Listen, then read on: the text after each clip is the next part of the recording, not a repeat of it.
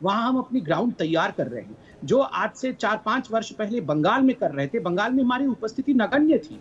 हमने वहां मेहनत किया और आज 2016 के बाद आज हम बंगाल में प्रवेश कर पाए हैं, सरकार बनाने की ओर बढ़ रहे हैं। ठीक उसी प्रकार केरल और तमिलनाडु में प्रवेश हुआ है। अगली बार जब वहां विधानसभा के चुनाव होंगे तो वहां आप देखिएगा भारतीय जनता पार्टी अपने मेहनत के बल पर वहां पर भी करिश्मा करके दिखाएगी। मगर ये शशि शेखर जी, आप इस विश्लेषण से सहमत हैं या आपको ये कन्वीनियंस लग रहा है? सभ्य जी एक बहुत ही मजे हुए और मेरे पसंदीदा प्रवक्ता है भारतीय जनता पार्टी के, और शब्दों से वो खेलना जानते हैं, बहुत बढ़िया तरीके से विश्लेषण करते हैं। तो वो अपनी पार्टी का रुख रख रहे हैं, लेकिन ये किसानों पर रेफरेंडम बंगाल में हो रहा है, ये मैं नहीं मानता। बंगाल की लड़ाई एक अलग तरीके से लड़ी जा रही थी, और बंगाल की लड़ाई ये 6 साल से लड़ रहे हैं, जब ये किसानों का मुद्दा नहीं था तब से।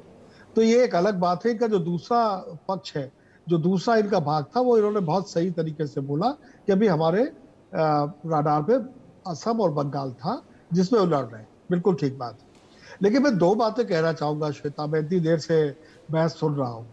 पहली बात यह कि यदि नंदीग्राम से ममता बनर्जी पीछे चल रही है, तो मान लीजिए वो अगर नंदीग्राम पराजित हो जाती है और पूरा बंगाल जीत लेती है, तो मुझे शिवाजी की वो उक्ति याद आएगी जो तानाजी बालसुरे के लिए उन्होंने बोली थी, गढ़ आला पर सिंगेला।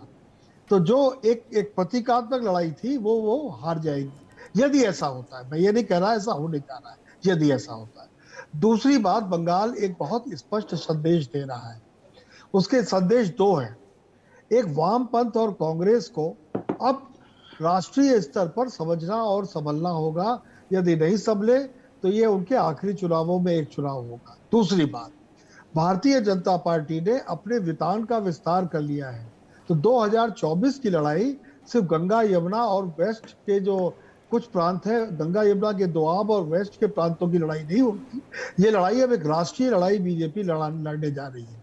तो ये 3 चीजें यदि हम मिला दें, तो मुझे लगता है कि आज का बंगाल का चुनाव, बंगाल के रिजल्ट मुझे लगभग वही सनसनी दे रहे हैं जब मैं कक्षा 11 में पढ़ता था और 1977 में चुनाव परिणाम आ रहे थे। हमारा पूरा घर रेडियो लेकर बैठा हुआ था कि क्या होने जा रहा है, और तब हमने सुना था कि इंदिरा गांधी रायबरेली से चुनाव हार गई है। तो ये एक अलग तरह की सनसनी इस चुनाव ने क्रिएट कर दी है, और ये चुनाव यकीनन इतना बड़ा मील का पत्थर साबित होने जा रहे हैं श्वेता, जिसका अंदाज आज बहुत कम लोग लगा पा रहे हैं। श्वेता। सुनीत चोपड़ा जी, केरल के नतीजे तो बहुत अच्छे लेफ्ट के लिए आ रहे हैं। पहली बार अगर जो हमारे एग्जिट पोल में भी दिखा था कि अगर ये रिपीट करते हैं या फिर 100 के आंकड़ों, अभी तक 99 पर गणना चल रही है, और उसमें जो लीड मिली हुई है अभी तक एलडीएफ को, वो कम से कम संकेत वही दे रही है एग्जिट पोल की। लेकिन पश्चिम बंगाल में क्या आप लोगों ने गिव अप कर दिया है कि नहीं, यहां पर छोड़ दो लड़ाई, हम खाली अब केरल में ही केंद्रित रहेंगे? नहीं, सवाल ये है कि बंगाल की लड़ाई दूसरे आधार पर है। बंगाल की लड़ाई कोविड पे कितना इन्होंने बंगाल को तंग किया है 8 चरणों में, वो उसी का नतीजा है। 8 चरणों में इलेक्शन हुए, इस वजह से नतीजा ऐसे आ रहा है। आपकी बातों से आपको नहीं लग रहा है कि लोग हैरानी जताएंगे सुनीत जी?